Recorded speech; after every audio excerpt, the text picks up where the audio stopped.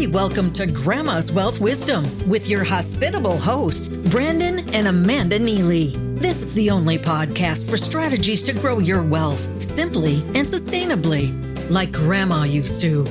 Without further ado, here are your hosts. Hey, I'm Brandon, and welcome to Grandma's Wealth Wisdom, where we work with you to build wealth Grandma would be proud of. Howdy, I'm Amanda. If you've been sticking with us for a while, you might know that we promised to wrap up our On the Verge of series today with On the Verge of Breakthrough. We've talked, just to catch you up if this is your first time listening or if you need a little refresher from our previous episodes, we've talked about finding a sense of home and how important that concept of home is for a secure financial life. We've talked about protecting your ability and how 1 in 4 of people will have disability at some point before their retirement age. And that can be a short-term or a longer-term disability, but you need to protect your income in that way. We talked about redefining peace and what real peace regarding your finances really can look like. It's something that goes beyond being debt-free. And then last episode, we talked about rediscovering hope and what it looks like to dream again or dream for the first time with regard to your wallet. So today we're going to bring it all together. We're going to tell some stories of people who have achieved that breakthrough in their finances. Before we jump into those stories, Brandon wanted to kind of set us up for what is breakthrough and what do we mean when we're talking about this idea of breakthrough. And he's going to quote a really wise guy. And I mean that in a positive way, not like he's a wise guy, but like a really intelligent person that wrote a really great book that this quote is found in. So the quote, thanks for setting this up, Amanda. The quote is by Jim Collins, From Good to Great, Why Some Companies Make the Leap and Others Don't. So it's specifically about companies, but I think we can use this quote for our own individual lives, for our own people, whatever. Some families make the leap and others don't. And really thinking about this quote when it comes to your own financial story, financial life, again, how going from good to great, why some people make the leap and others don't, is something I would think about. So the quote goes like this. Then it began to dawn on us. There was no miracle moment. Although it may have looked like a single stroke breakthrough to those peering in from the outside, it was anything but that to people experiencing transformation from within. Rather, it was quite a deliberate process of figuring out what needed to be done to create the best future results, and then simply taking those steps, one after the other, turn by turn of the flywheel. After pushing on the flywheel in a constant direction over the extended period of time, they inevitably hit a point of breakthrough. Yeah, so what he's saying here is that breakthrough isn't just a single event. There's not, at least in the companies that he was looking at, and we would say in individuals' lives, breakthrough isn't just you snap your fingers and there's breakthrough. What he saw was that, and the people experienced who were on the inside, was that there was, Brandon said quite, but the word is actually quiet, deliberate process. Quiet. It's this rumbling under the surface is kind of the picture that I get. If you're looking at the ocean or looking at a body of water, it might look still on the surface, but underneath it, the deep waters, there's a movement happening, and then that eventually bubbles up to the surface, and that's what looks like the breakthrough then.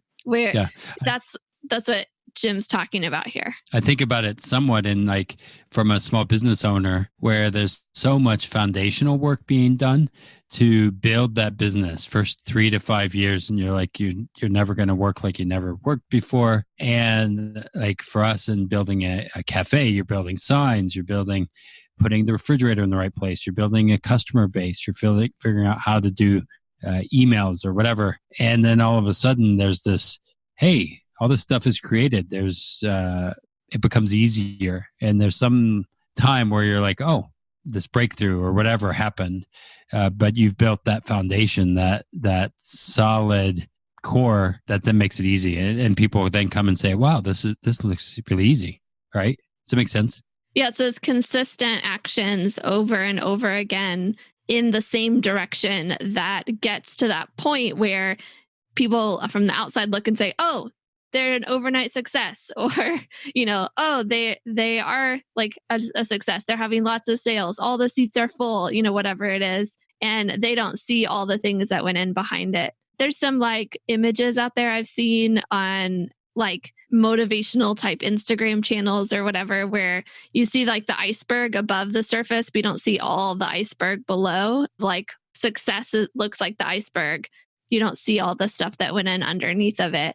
And I think the same is true with our finances. Like we might look at someone who has plenty of money saved for retirement, or is able to buy that home for the first time, or whatever like measurement we're looking at, and we don't see all the things they did to get to that place. That's kind of the stories you wanted to tell today, of like how breakthrough happens because people did those quiet, deliberate, consistent actions like Jim talked about or wrote about in Good to Great. So let's go with some of those stories. Again, this is a financial podcast. We're talking about financial independence, those kind of things. And we've seen some of those things play out in some of our clients' lives, in our own lives, and where they've actually built some foundational pieces. And that's what's been really cool to see, the transformation that's happened through these people's lives and their stories. So what's one of those stories, Amanda? Yeah. So as most couples do when they're getting married, they talk about money before getting married. What is their plan with how they're going to use their money? Are they going to be budgeters? Are they going to do this? Are they going to do that? And for a lot of young couples, including the couple that we're thinking of, there's often the conversation about the debt that the one spouse was in beforehand, before they ever met the other spouse. And where did that come from? How are we going to deal with that? College. Right. AKA student loans. And if that's a considerable amount of debt, like 6 figures of student loans, then let's just say the one spouse looks at the other spouse and also sees this debt they're carrying. And when the first spouse is choosing to marry them, they're also marrying their debt. And it's like there's a third party in the relationship that is being wed with the couple. So they married like Sally Mae or whatever companies that bought Freddie Mac or whoever else is going to own. Navient, I think is what they call themselves now. Yeah. And that can feel really discouraging. And like, especially with like 6 figures. And if like the people we're thinking of, there's also low income coming out of college. There might not even be the income to cover the entire student loan payment. And so they go into deferral and they're just making maybe just interest payments, or maybe the payments that they make, like the couple we're thinking of, aren't even covering the interest. And so the balance is actually going up rather than going down. And that is a pretty crazy place to be. Because then when you project their life expectancy, let's say you go out to age 95, you die with that debt still. And that's pretty scary. And what is awesome though, to bring it to the positive, is seeing this couple put together a plan, a strategy of how they can get out of that debt, and also build a financial tool that's going to give them a net worth that's going to continue to grow over the course of their lifetime, and be able to see the day that's coming that they will be fully out of debt, and they can plan a student loan burning party and plan to celebrate with friends and family that extra party that was part of their marriage has been killed and in like a good way. And to see this couple come out of that and be on the other side of it is really awesome. And it looks like breakthrough. That party is the breakthrough party. We're out of debt. We can burn our documents, just keep the one that says it's totally paid in full, right? And then with some of them, with this person, like they wanted to be entrepreneurs. They wanted to pursue their dream. And this debt was something that held them captive and saying, well, you need to work for the ball and chain. Yeah, you need to work for the man. You need to do all this before you can be an entrepreneur, or even before you start planning for retirement or any of that stuff. And so it kind of like puts you in a place of, well, I can't do this. I got to work for this person or that or whatever. And to be able to have a strategy and a plan that helps you take advantage of opportunities, take care of debt at the same time, and take care of your future self is what they really felt encouraged by, that they had a plan and a strategy to where they could take care of that debt, but also reach their dreams that they wanted, reach the things they wanted to accomplish at the young age. They're still a young idealist thinking, they can change the world, and they I think they can. And sometimes money is a factor that causes you to not be able to think you can accomplish those dreams. Yeah. And knowing this couple, I would just say it's not just that they can change the world, they already are. Yeah. And yeah. I'm super excited to see what happens over the next 30, 40, 50, however long, many years that comes. It's just going to grow exponentially from there. Grandma always said, eat your vegetables. She loved making home-cooked meals with healthy food and from-scratch desserts. Would you create a diet of fast food or cookie-cutter financial products that made you fat and bloated with fees? Or would you like wholesome, time-honored wealth strategies served with balance and trust? Get started with your healthy money planning by downloading Wholesome Wealth Recipes. Your Moolah cookbook is waiting for you at grandmaswealth.com. So the next one is like another couple that are later on in life, and they are at a very different place than they thought they would be at this point. And in fact, one of the spouses is disabled and unable to work, or whatever work they are able to do, they make a lot less than they thought.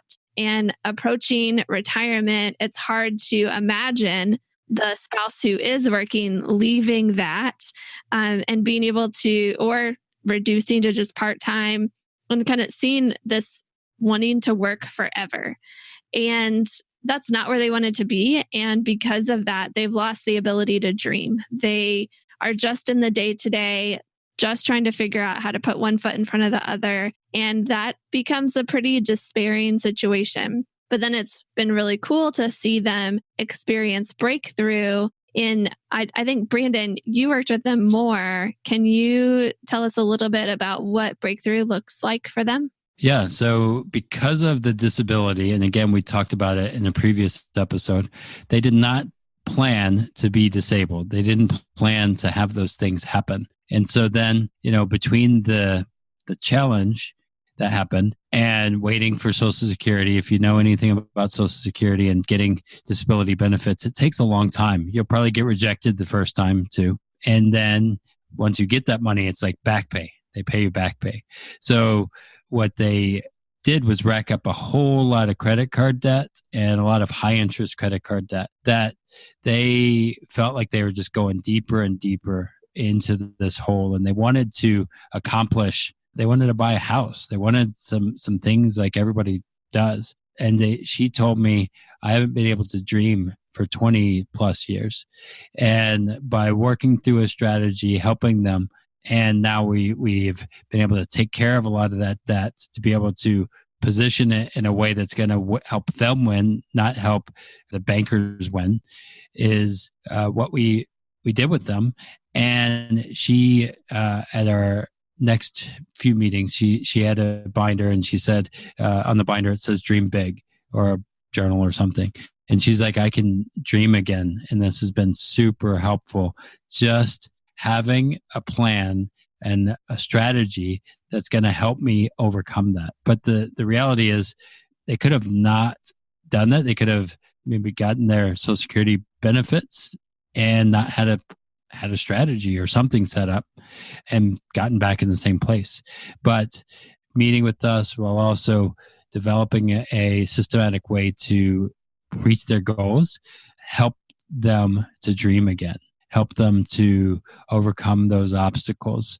And that's been super encouraging to me and to them to see that, wow, they have hope.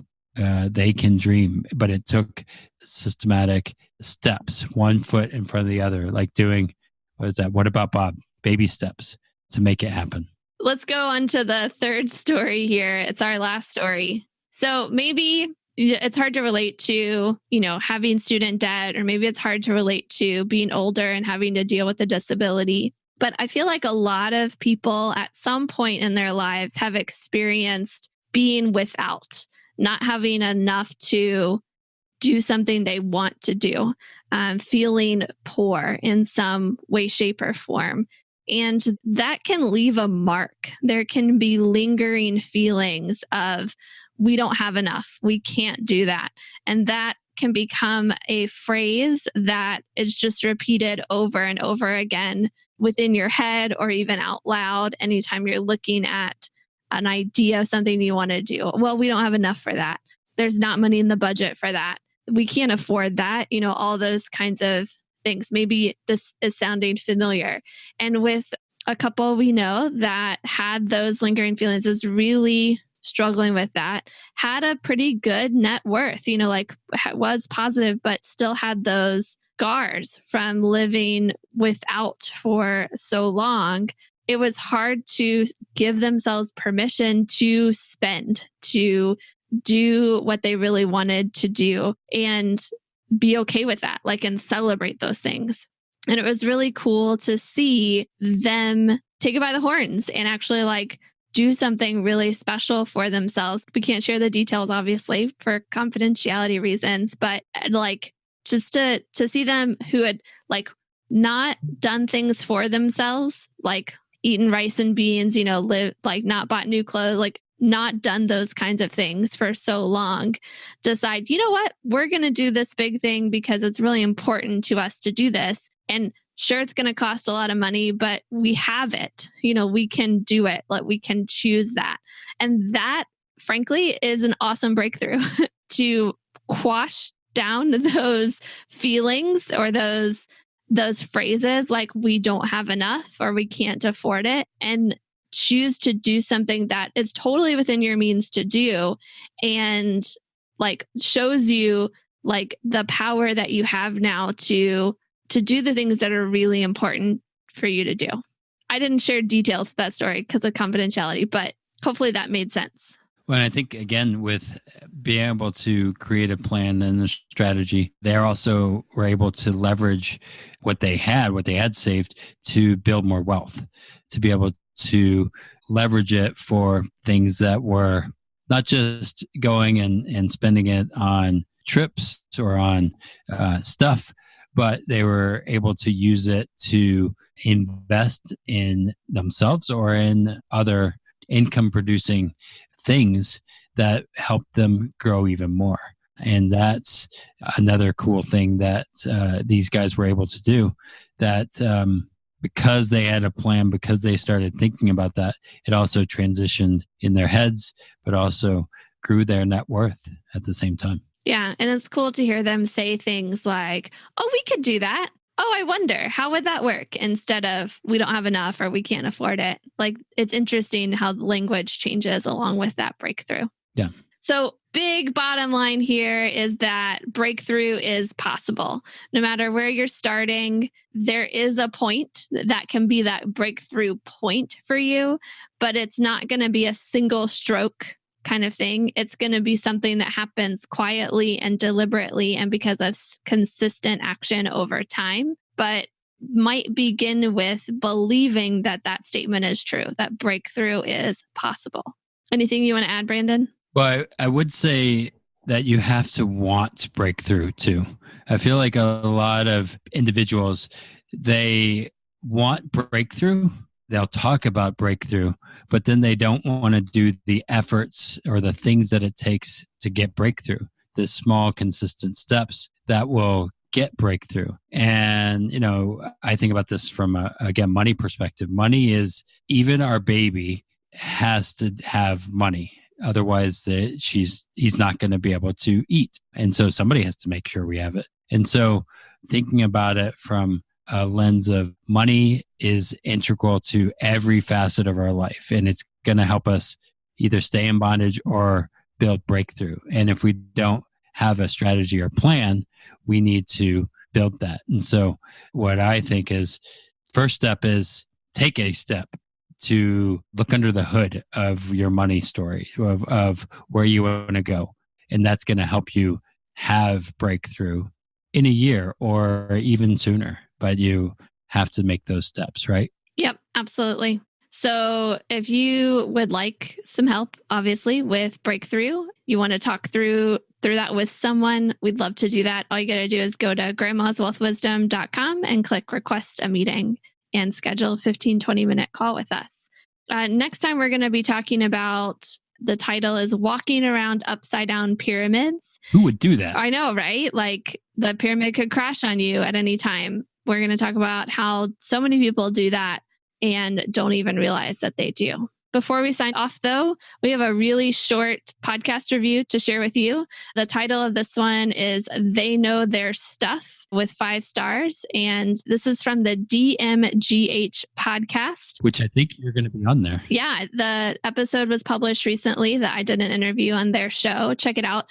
DMGH stands for Don't Mind the Golden Handcuffs podcast. If you want to look that up, DMGH. And they wrote, a wealth of knowledge, keep it up. And I'd say I've listened to some of their episodes too. They've got some really great stuff they're talking about. So we'd just say, go check them out. DMGH podcast on wherever you're listening to this. You can probably find them. And of course, subscribe to our podcast, comment, leave a review. That would be really awesome. And we'll talk to you next time. So until next time, keep building your wealth simply and sustainably for your own future and the future of our grandchildren's generation. The topics presented in this podcast are for general information only and not for the purpose of providing legal, accounting, or investment advice. On such matters, please consult a professional who knows your specific situation. This is thepodcastfactory.com.